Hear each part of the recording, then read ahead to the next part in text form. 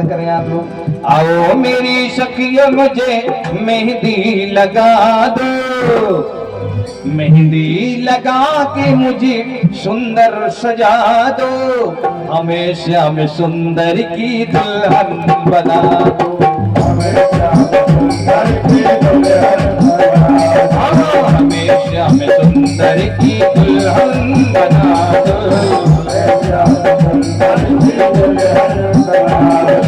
आओ मेरी सखियों मुझे मेहंदी लगा दो, आओ मेरी सखियों मुझे मेहंदी लगा दो, मेहंदी लगा के मुझे सुंदर सजा दो, मुझे सुंदर सजा दो, हमेशा में सुंदर की दुल्हन बना दो, प्रेम से बोलिए द्वारकाधीश भगवान की, बड़ी महारानी की, आइए सेवा करते सभी लोग आए भाव से जय हो।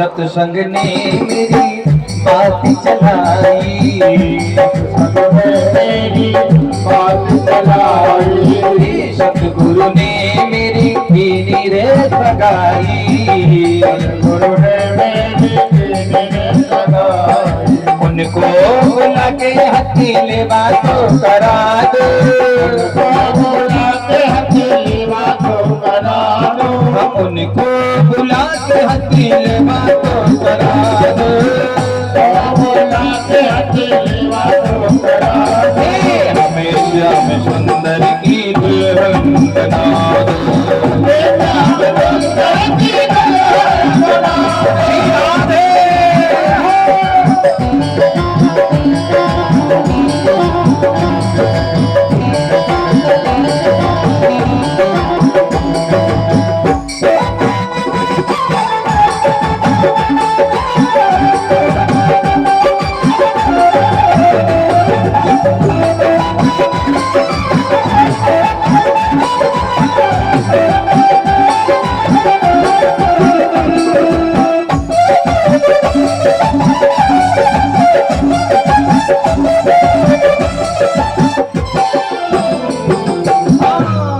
ऐसी पहनो चूड़ी जो कब हो न टूटे,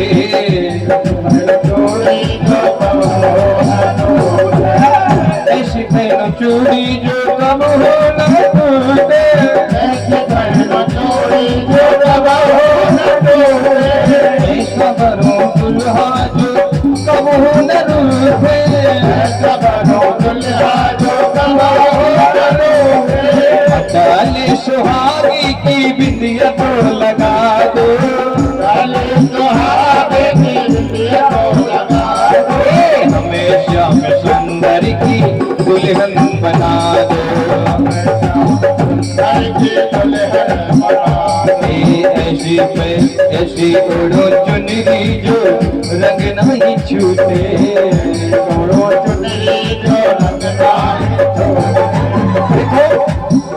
रुक्मणी महारानी का विवाह हो रहा है, रुक्मणी महारानी साक्षात लक्ष्मी स्वरूपा है, और देखो लक्ष्मी की जरूरत सबको है, तो माता लक्ष्मी का विवाह हो रहा है, तो ताली बजाओ तो साथ में गाओ, तो लक्ष्मी अपने आप आपके यहाँ घर चल करके आएंगे।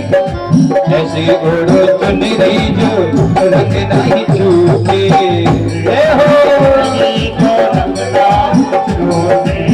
प्रीति का धागा कब होना टूटे, धागा कब होना टूटे, आज मेरी मोतियों से मांग तो भरा दो, आज मेरी मोतियों से मांग तो भरा दो, आज मेरी मोतियों से मांग तो भरा दो, मेरी मोतियों से मांग तो भरा दो, हमेशा में सुंदर की दुल्हन बना दो।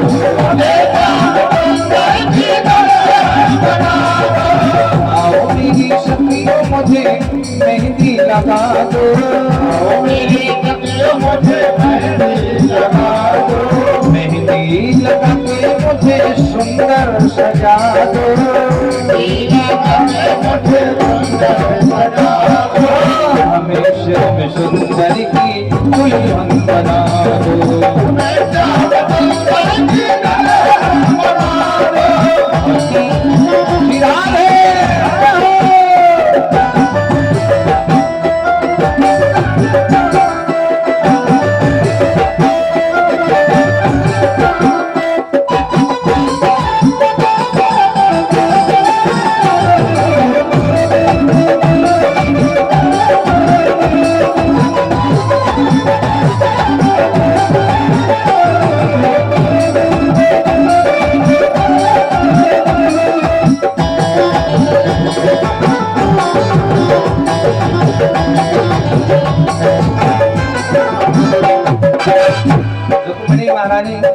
कहते हैं भक्ति का सुरमा में आँख में लगाऊंगी,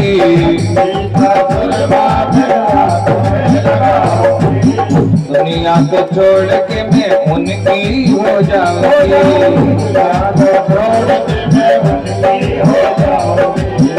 दुनिया को छोड़ के मैं श्याम की हो जाऊंगी,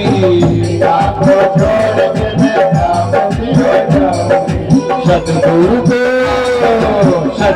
को बुला के तेरे को डला दो, गुरु को बुला के तेरे को डला दो। सतगुरु को बुला के तेरे को पढ़ा दो, गुरु को बुला के तेरे को पढ़ा दो। हमें जाम सुंदर की दुल्हन बना दो, हमें जाम सुंदर की दुल्हन बना दो, दुल्हन बना दो हमें सुंदर सजा दो, दुल्हन बना दो हमें सुंदर सजा दो, दुल्हन बना दो हाँ दुल्हन बना दो, दुल्हन बना दो हाँ दुल्हन बना दो, दुल्हन बना दो हाँ सुंदर सजा दो, दुल्हन बना दो हाँ दुल्हन बना दो। आओ मेरी सखियों मुझे मेहंदी लगा दो, आओ मेरी सखियों मुझे मेहंदी लगा दो, मेहंदी लगा के मुझे सुंदर सजा दो, हमेशा में सुंदर की दुल्हन बना दो, हमेशा में सुंदर की दुल्हन बना दो, हमेशा में सुंदर की दुल्हन बना दो, हमेशा में सुंदर की दुल्हन बना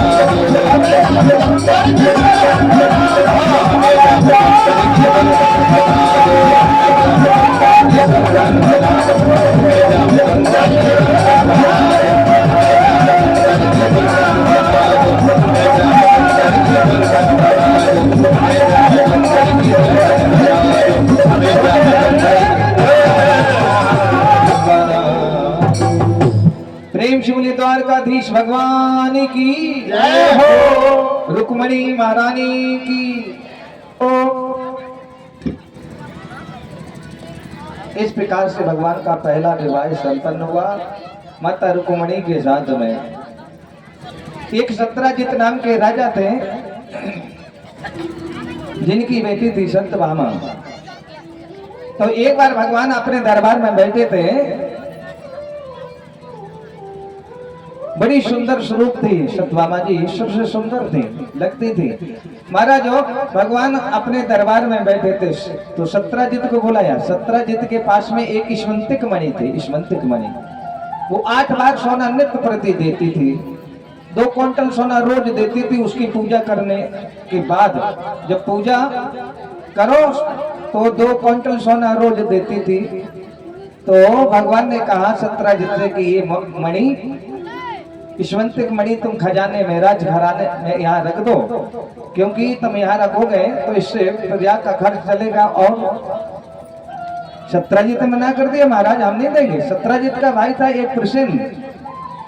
तो एक समय की बात, प्रसेन वो मणि, उस मणि को पहन करके जंगल में गया। जंगल में जंगल में जैसे ही प्रसेन गया सत्राजित का भाई, तो एक शेर मिला। शेर जैसे ही मिला तो शेर ने प्रसेन को मार दिया और मणि खींच ली। मणि लेकर के सर जा रहा था तो एक जामवंती जी मिल गए। जामवंती जी ने शेर को मार दिया, भालू ने शेर को मार दिया और मणि अपनी छुड़ा ली। और मणि लेकर के जामवंत जी अपनी पुत्री को दे देते हैं जिसका नाम है जामवंती। तो जामवंती मणि से खेल रही थी कि जहां महाराज अंधेरा हो वहां उजेला हो जाए।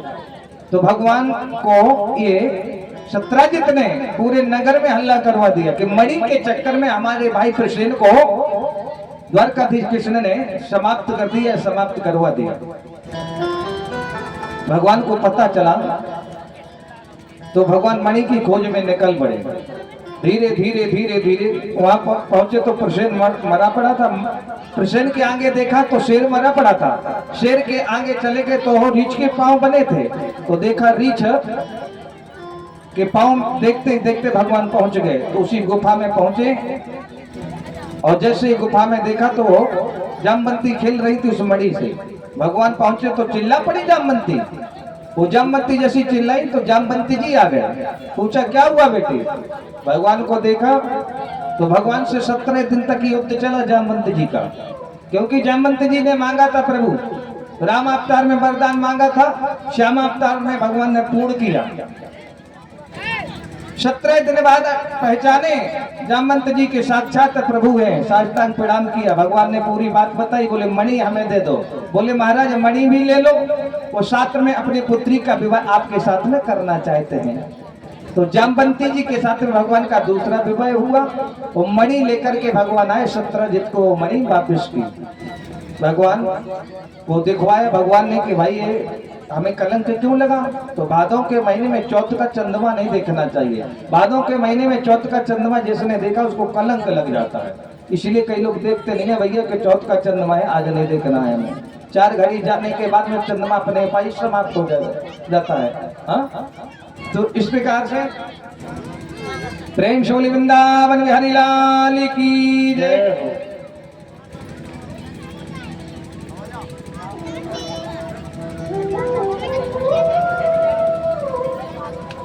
कल के लिए ना। हाँ, सभी माताएं बहनें ध्यान से श्रवण कर लें। कल यहाँ पर विशाल भंडारा है, तो आप लोगों को अधिक से अधिक संख्या में आना है पूरी बेलने के लिए। पूरी बेलना है, विशाल भंडार है। आप लोग सुबह 10 बजे से आए, रात में 10 बजे तक चलेगा। सभी ग्रामवासी पधारे, पूरे नगरवासी। कल अपने यहाँ भोजन न बनाए, यहीं पाए।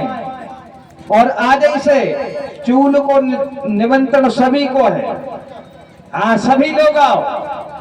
सिद्ध बाबा के दरबार में कोई कमी नहीं है कल अपने यहाँ। लेकिन भंडारा तो सुबह 10 बजे से प्रारंभ हो जाएगा।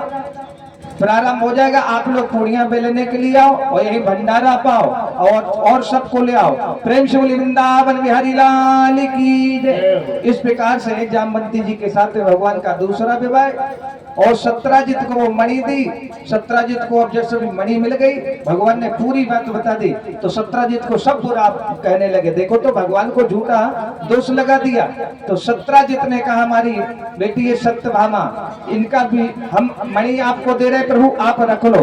और अपनी बेटी का विवाह भी आपके साथ में करना चाहते हैं। दूसरा विवाह, तीसरा विवाह सत्यभामा के साथ में हुआ। तो इसी प्रकार से भगवान का विवाह का क्रम प्रारंभ हो गया। एक भगवान का विवाह नग्नजित के राजा थे, नग्नजित के साथ में हुआ। एक भगवान का विवाह और मित्रवृंदा के साथ में।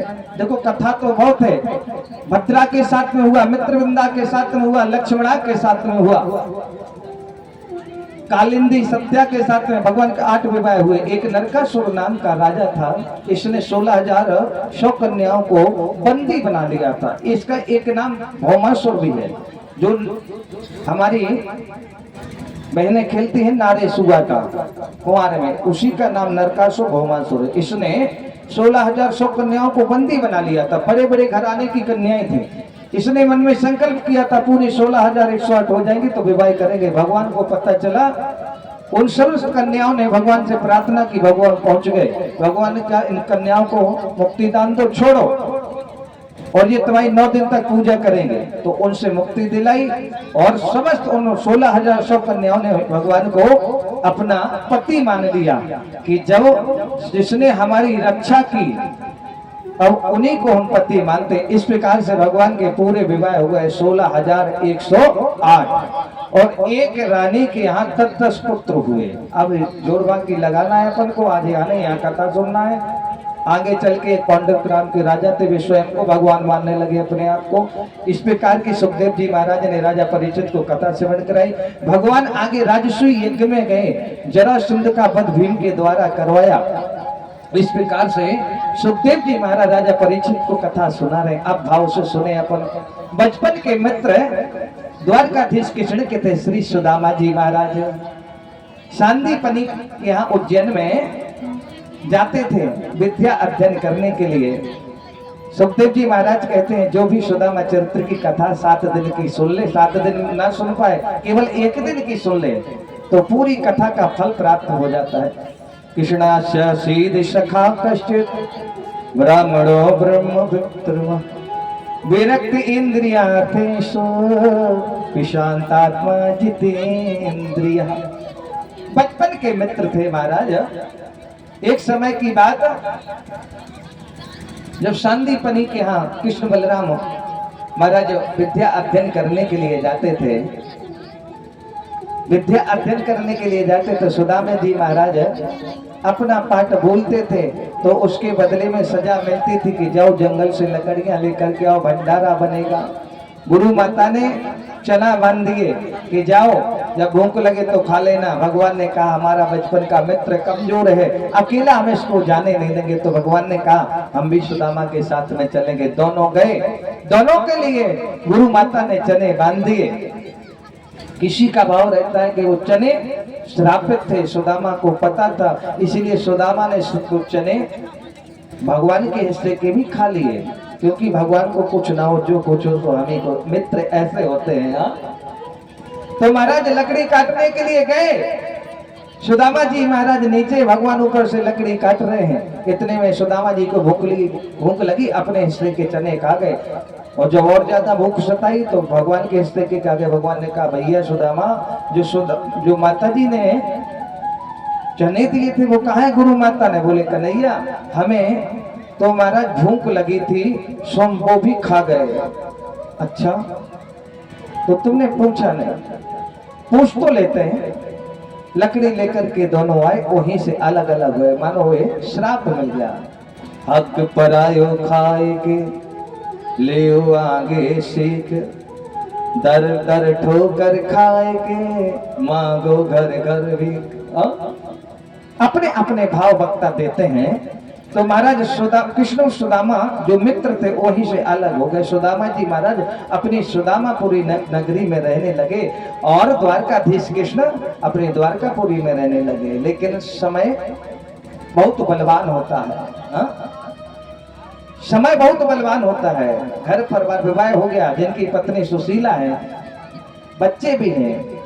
अब महाराज समय आया, रोज जाते बड़े विद्वान ब्राह्मण, सरल ब्राह्मण, सीधे ब्राह्मण, सुबह से जाते, जो मिलता भगवान का भजन करते हो, जो मिलता सो घर पे लाते।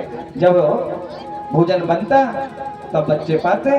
एक दिन तो महाराज सुबह से निकल गए, शाम के वापिस आ गए, कुछ नहीं मिला।